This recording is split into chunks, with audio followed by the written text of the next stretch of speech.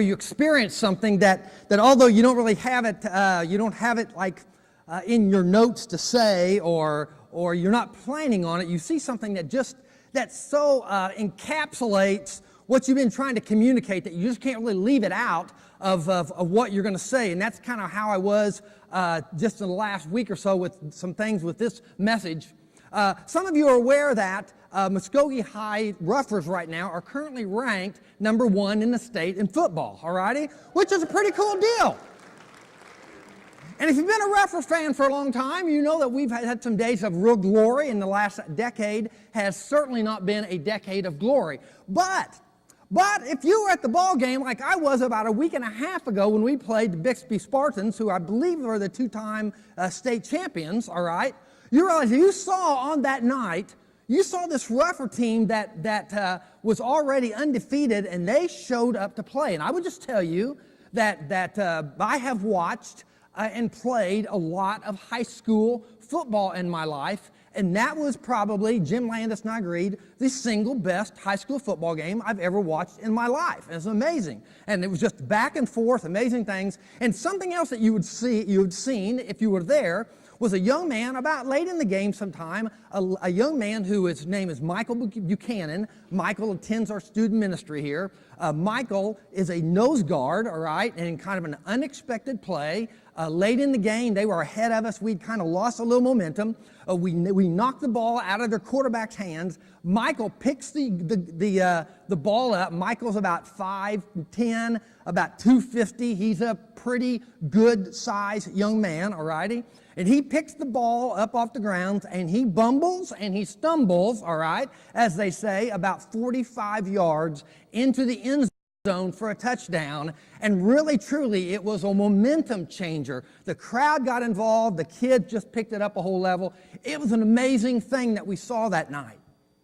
Now, what we didn't see, what you didn't see at least, but what I knew standing there was that several weeks before that Jerry Huffer, who brings a lot of our Muskogee High kids on our vans and buses to our student ministry area, had sat down with Michael and said, "Hey, Michael, I mean, like, what's this big change? You know, you guys a couple years ago were not a very good ball team. What's the big change? I mean, why so much difference between just even last year and this year?" And this is what Michael Buchanan said. He said, "Mr. Huffer, Coach Watkins is teaching us how to be a team.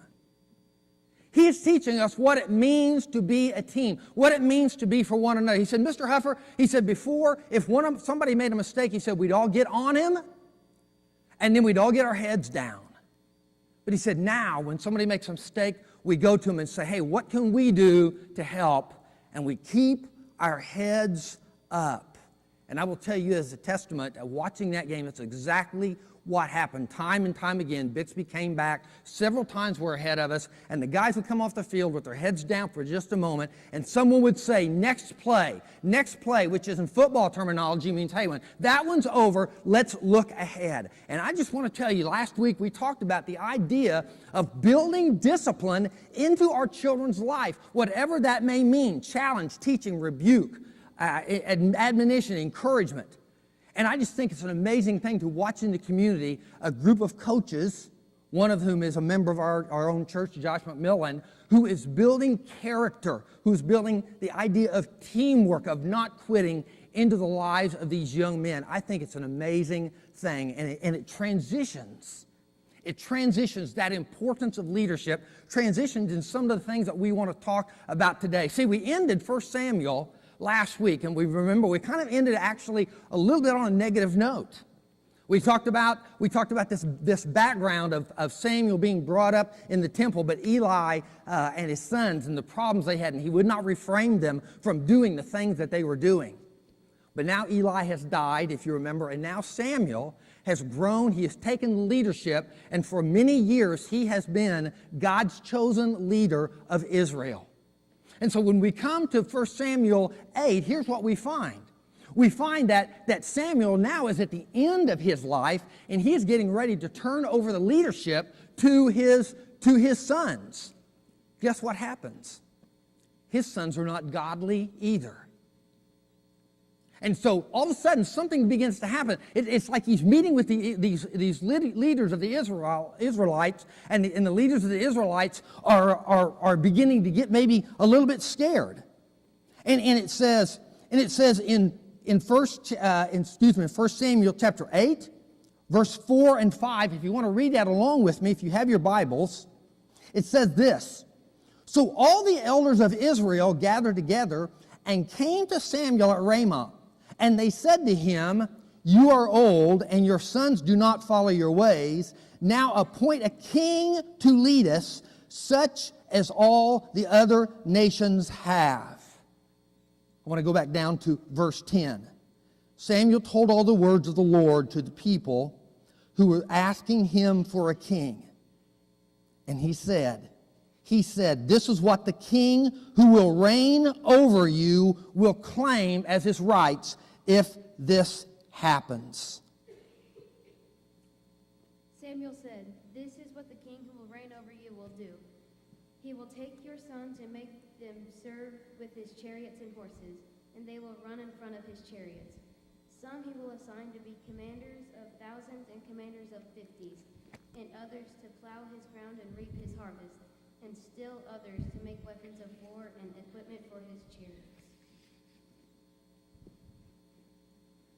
He will take your daughters to be perfumers and cooks and bakers. He will take the best of your fields and vineyards and olive groves and give them to his attendants. He will take a tenth of your grain and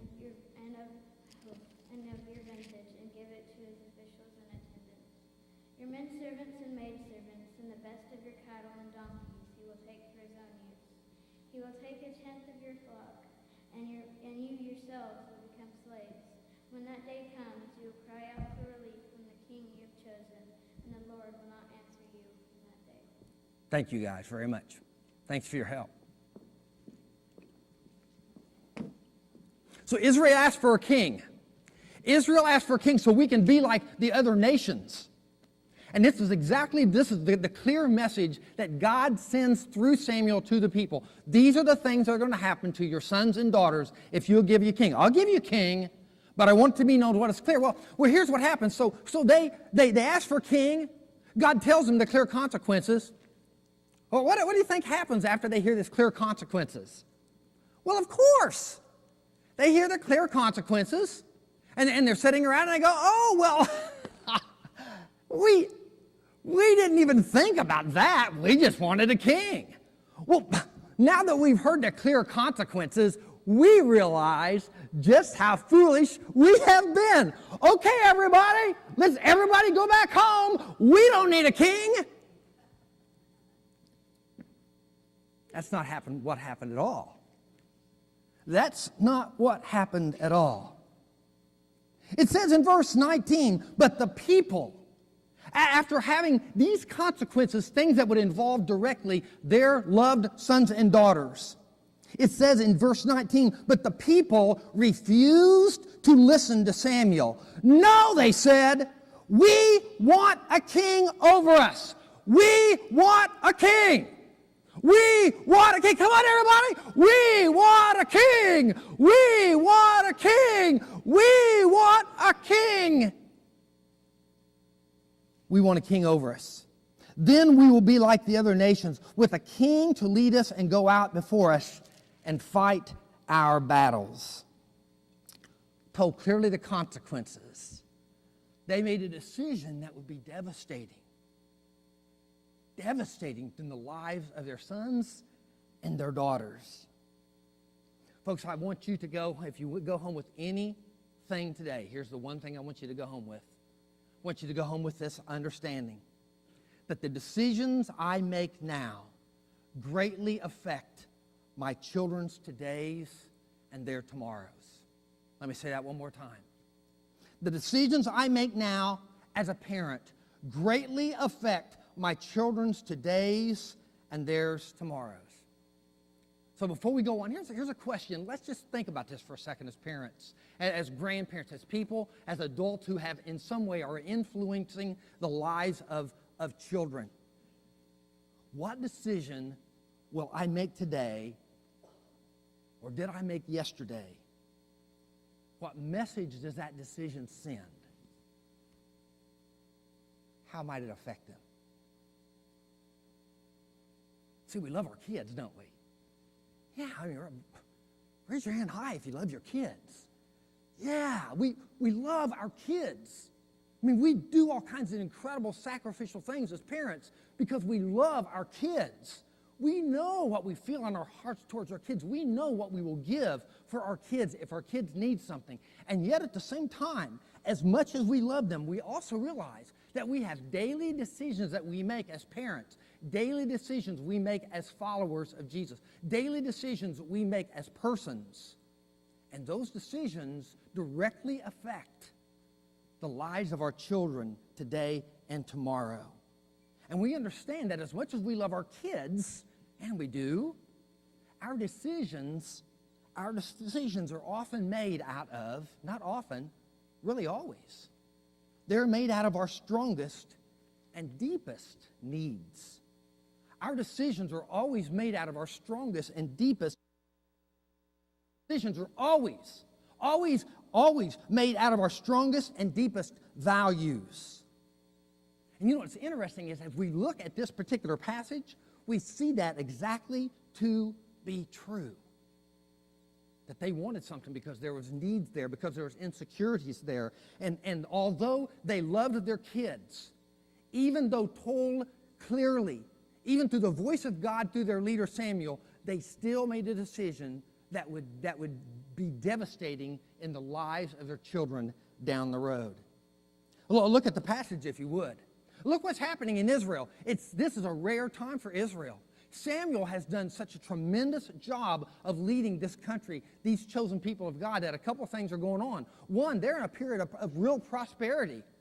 They're also in a period that is very, very rare for the people of Israel, and that is that they are in peace with nearby Philistia. The Philistines are always a thorn in their side for hundreds, nay, thousands of years. They're in a period of peace.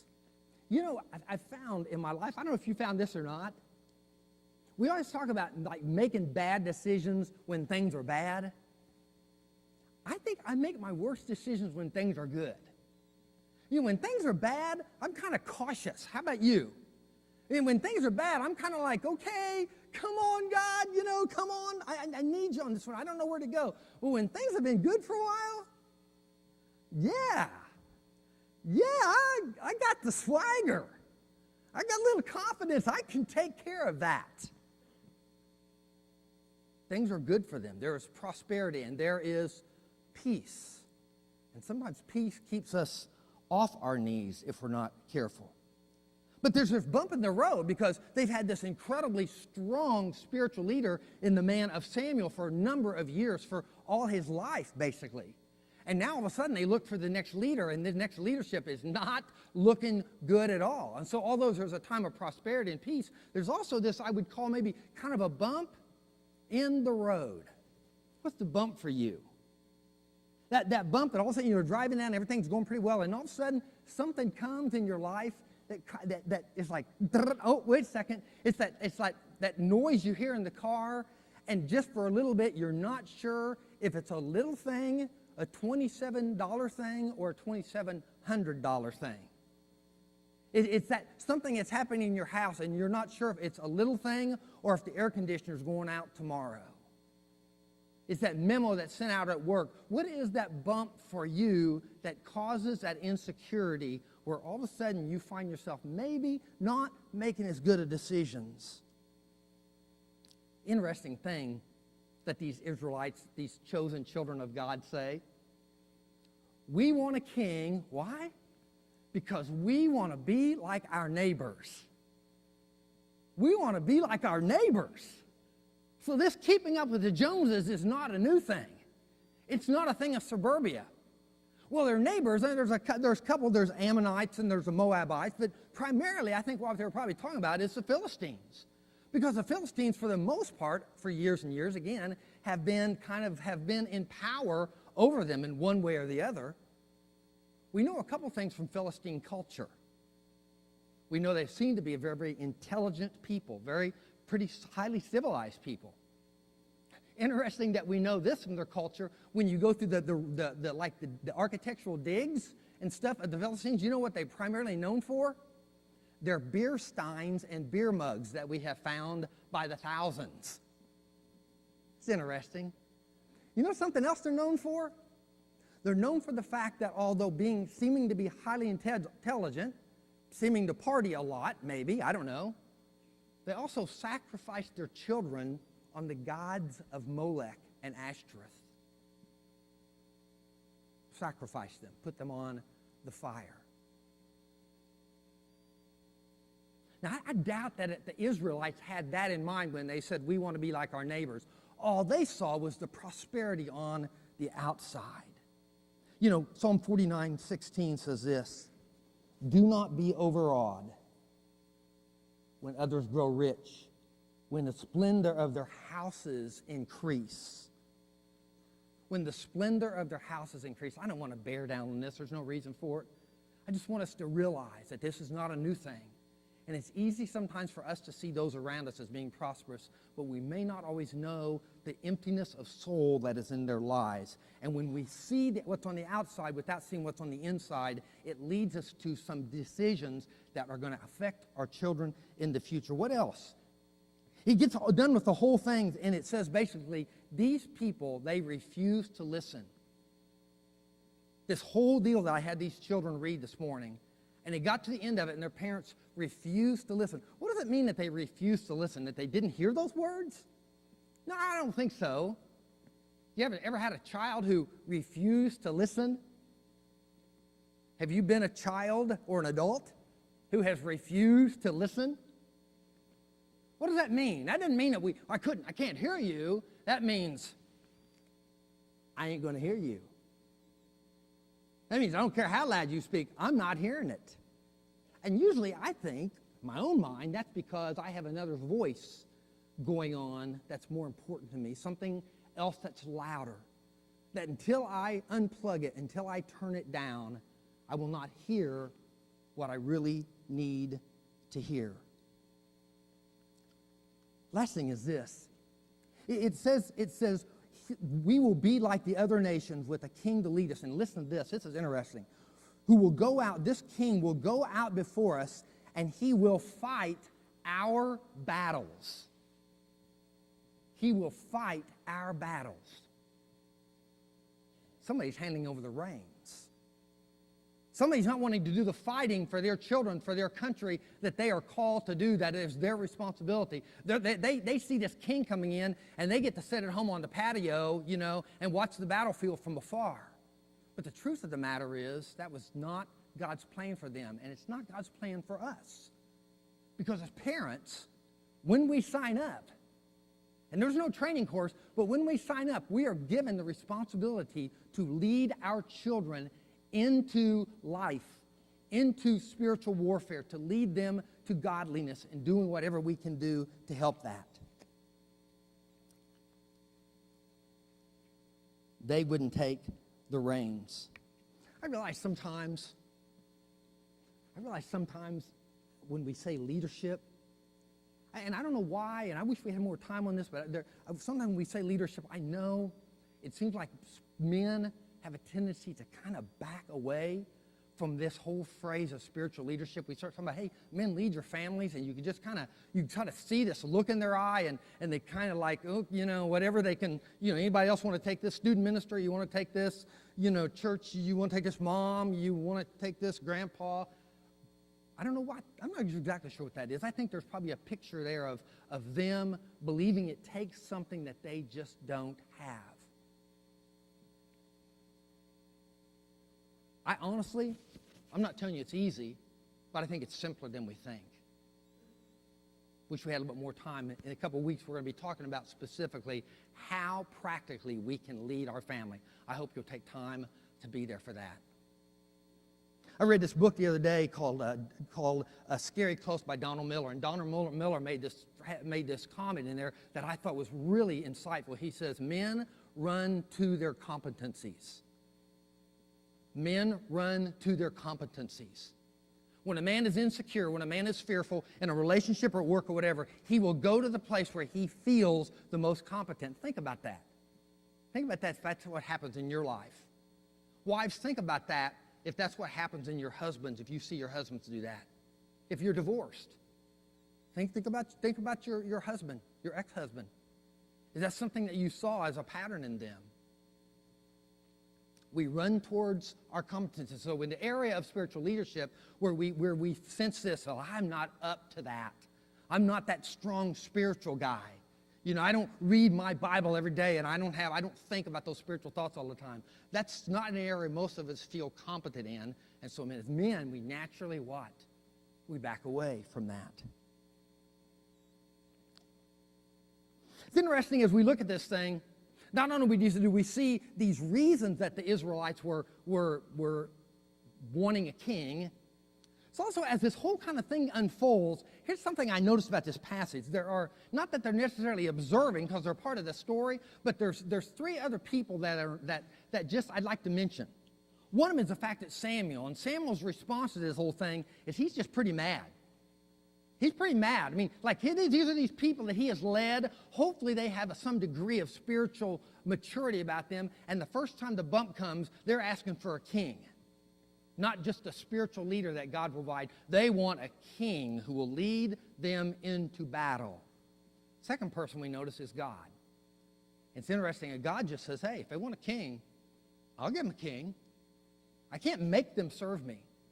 Here's what's going to happen. But if that's what they want, I will give them a king. And he says to Samuel, hey, you know what? It's not you they are rejecting. It's me. There's some indignation there. There's some jealousy, I think. Probably some sadness. Rejected again by my children. The last people we see standing around, I think, although it doesn't mention them, I'm just kind of assuming that the children are not very far away. As this whole dialogue is going on, you know, as they're saying, their parents are saying, we want a king, we want a king. Well, here's what's going to happen. Okay, this is what's going to happen to your sons. Here's what's going to happen to your daughters. And I think their kids obviously had to be standing around, had to be listening to conversations at the dinner table, you know, whatever was going on in the marketplace. They had heard these consequences, and they knew that their parents understood the consequences, and yet they were determined that they needed a king to be like the other nations. What kind of message does that send? Wow. What kind of message does that send? Didn't have to be intentional. Didn't have to be intentional. Well, you know, we're not intending to hurt our children. We don't want to hurt your feelings. It's just what we feel like we need. You know, a number of years ago, Dawn and I had this conversation, and I'm not even exactly sure what it was about, honestly.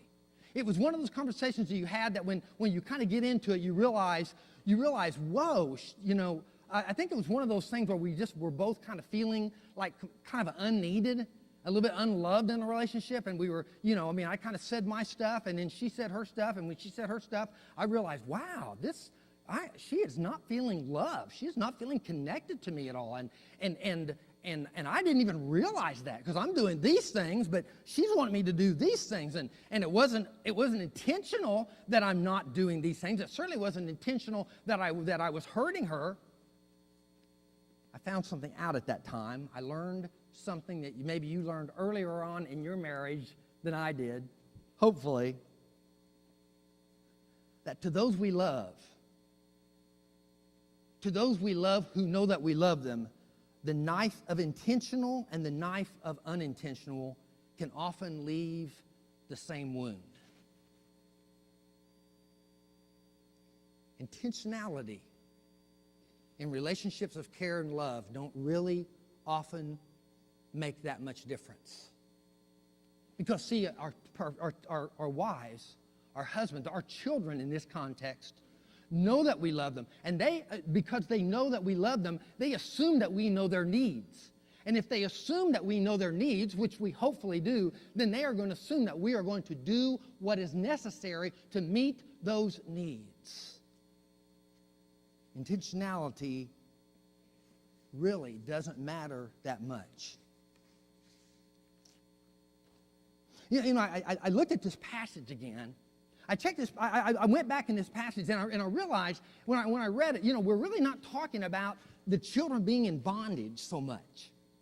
I mean, we're not talking about the fact that they were going to be like slaves with chains around it. The girls were going to become perfumers, so that's okay, and bakers, and the guys were going to run out ahead of the chariots, and some in front and some behind, and some of it was going to be a little bit tougher, and some of it was going to be relatively honorable, and but not like slavery necessarily.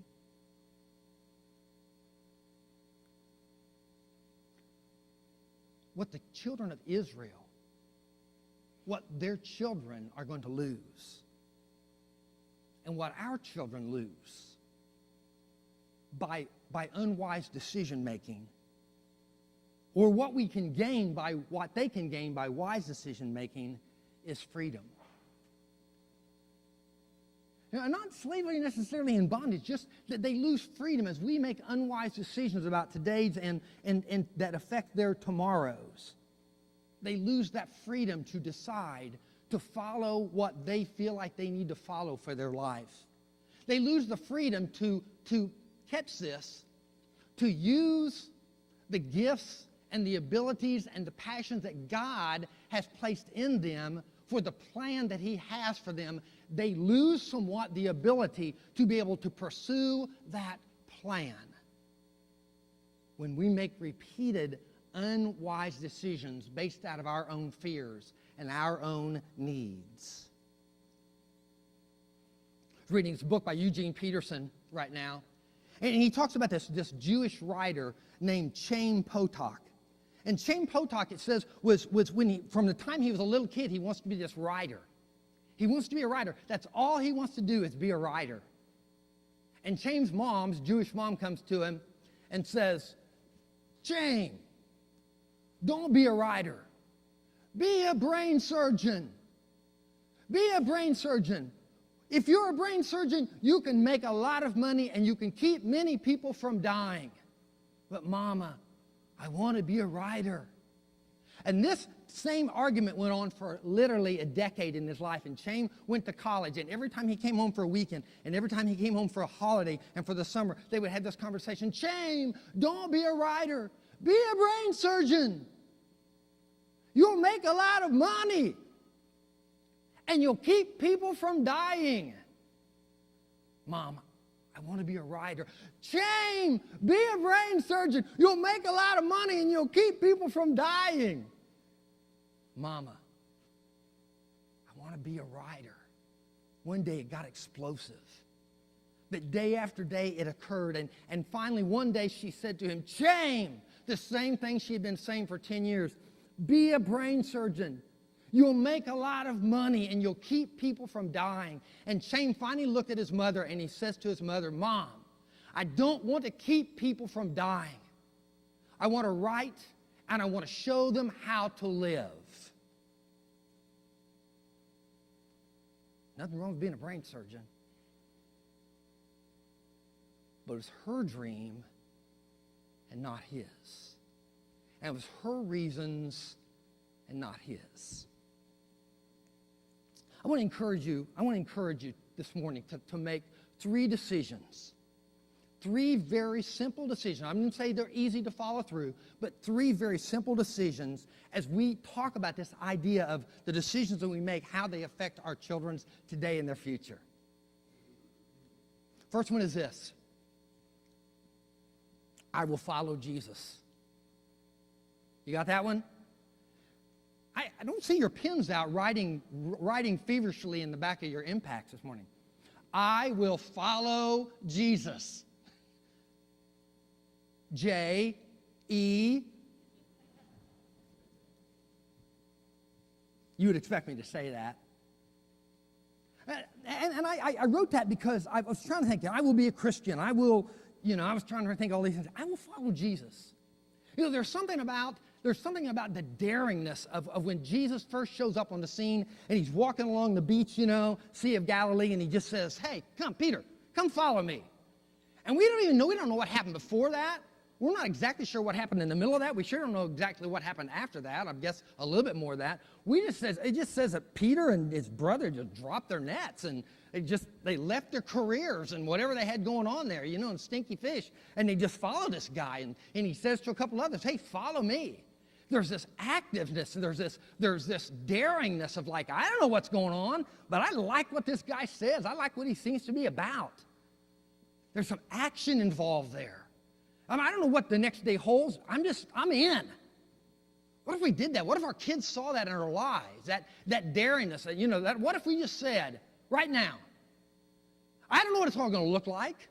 I know I've already decided to become a Christian, but you know what? From this day forward, each day, I'm going to follow Jesus. I'm going to follow Jesus. That's what I'm going to do. You know what? I think our kids would follow us if we just made that decision just to say every day, I'm going to follow Jesus today. I don't know what tomorrow holds, and I sure don't know what the day after tomorrow holds. Heck, I don't even know what lunch holds, all right? But right now, I'm going to follow Jesus. I'm going to do what I believe he would have me to do. I'm going to love him, and I'm going to try to trust him. We have this mantra sometimes that goes, and we make fun of people in support groups a little bit. If you go to CR, you'll hear people say, hi, I'm Steve. People say, hi, Steve. And then the next phrase is this. The next phrase is, I'm a grateful believer in Jesus Christ who struggles with being accepted by other people. Or I'm a grateful believer in Jesus Christ who struggles with fill in the blank. That's not a bad line as a parent. What if you sat down at the dinner table every evening and each one of you as parents and as the kids, just identified them, hi, I'm so-and-so. Hi, Martin. I'm a grateful believer in Jesus Christ who struggles with this sin.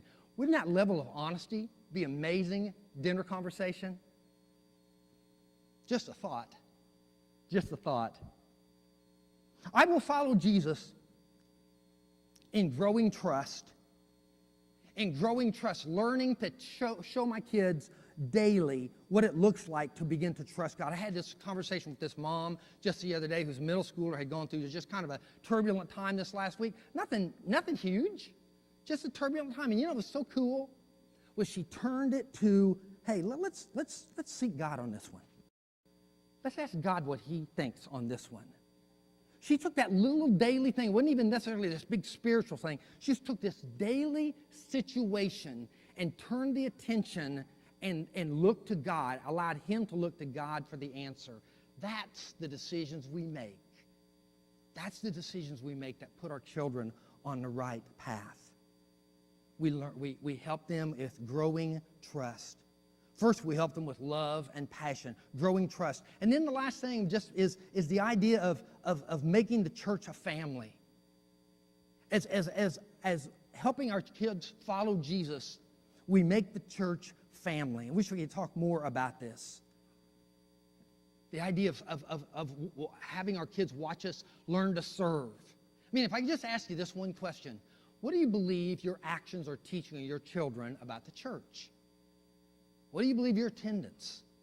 What do you believe your activity here? What do you believe your service here? What do you believe your amount of involvement, your relationships? Are they here or are they somewhere else? What are those things, intentionally or unintentionally, teaching your kids about the church, about the body of Christ? I will follow Jesus. Second, I will live with God's view of money and stuff. I will live with God's view of money and stuff. The Bible says a lot about money and stuff. It says things like you can't love God and money. It says it's not yours. It says stuff rust. It says you can't take it with you. All those things. Let me just make this comment. When we believe it is a loving act, parents, when we believe it is a loving act to surround our children and our teenagers with a lot of money and a lot of stuff, we are doing them a great act of disservice. Because they will reach in times of trouble, and when they are searching for their identity, they will reach for what is close And the world tells them over and over again, your identity is found in all those things. And so when they have a need, and they will, because at the time of high need in their life, they will reach for the stuff that you have surrounded them with. They will find their identity.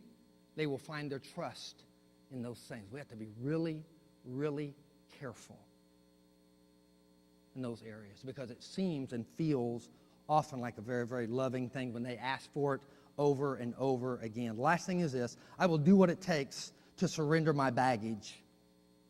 I will do my best to surrender my baggage. When we have baggage in our life, when we folks as parents, when we have things in our life that in the past that we have not taken out of the bag and looked at and dealt with and processed and put to the side so that it does not affect our lives on a daily basis, when we do that, we make decisions based on that baggage on our backs. We do. We don't think we do. We don't want to believe we do, but we do. And it may be a really, really severe problem, you know, something that's illegal. We can talk about drugs and alcohol, or it can be something that's smaller and legal and even appears good, but it's baggage nonetheless, and it's unprocessed, and it affects our lives. It affects our decision-making, and our decision-making, I've made the point already, affects the lives of your and I's children now and the future. We have to be careful. It becomes intentional. You don't want your decisions to affect them. You don't want your baggage to affect them. But folks, I will just tell you, it becomes intentional when we are aware of our problems and we choose not to do what is necessary to get rid of the baggage. That's a hard one to swallow. But if you have something you've struggled with for years and you may or may not see it, maybe someone's tried to tell you over and over and over again, but you just refuse to take the steps to deal with it. You know, some of my best days are when I look up and I see coming down the hall some of our parents of young kids and older kids who have stepped into our Celebrate Recovery program to finally begin to deal with the baggage. Because I know what's ahead of it in their lives and the freedom they're going to find, and I know the freedom they are going to be able to give their children that they've never given them before, because they're free of that stuff. They're not passing that backpack on to the lives of their kids. The decisions I make now greatly affect my children's todays and their tomorrows. It will be sacrificial, that will mean making major changes in our lives, or small ones. Will we make a decision to go forward and make the type of decisions that will affect our children and give them the freedom to use the God-given gifts that they have been given? The decisions that will put them on a path where they can serve God without hindrance. Not that they always choose to do so. That's beyond our responsibility. Will we make those decisions today that will put our children on a path of freedom where they can serve God unhindered today and for their tomorrows? The bottom of your impact, I've put some things because I wanted this to be practical. I really don't have time to go through all these things. I just want you to look at some of these things and choose one thing. I want you to circle something. I want you to check one thing that you will do, a decision you will make as an influencer, as a parent or a grandparent, that will help your children, that will affect them in a positive way. We have Celebrate Recovery every Thursday night, folks. Don't run. Don't not go because you're convinced it's just a place where a bunch of crazy addicts hang out. Take the step, go, and keep going, and find out how it's going to change and bring freedom to your life and the life of other people. John 3:16. John 3:16, at the heart of it is a parental decision. For God so loved the world that he gave his only begotten Son, that whoever believes in him should not perish, but will have eternal life. God, who created us, who is a Father, made a decision, a costly one, that would affect your and I's today and our future. It was the very thing we are talking about. And some of us, all of us, have made decisions that we are not proud of as parents. Some more and some less. Some small and some large. Doesn't really matter. That was taken care of at the cross. We don't have to be hindered by those things. We don't have to be burdened by those past bad decisions. Some of us don't have the wisdom that it takes to make a good decision right now, even if we're faced with it. You can find that wisdom at the cross. The cross is the watershed mark for where things are important or things are not important, where things are wrong or things are right. You find that wisdom at the foot of the cross. And not far from the cross is the tomb. And in the tomb, you find the strength to take the step that you do not believe that you have, and you probably don't have, to leave it all behind. To take the step to leave the baggage, to take the step to step away from the addiction, to do whatever is needed. We find that not within ourselves. That's a lie. We find it at the tomb. That's where the hope is found. That is where the strength is found. That is where the power is found. And folks, I love what I see happening in families here. I love what I see happening in families. There's more faith and love of God happening so much in our younger families that I see that I love. It's there. There's not an absence of it. That's not why I'm talking about it. I just want us to do it, as Paul says, more and more. And some of us are held down, and I don't want us to be held down anymore. Let's do what is necessary, parents. Will you, as a parent, do what is necessary to begin making wiser, more consistent, good decisions?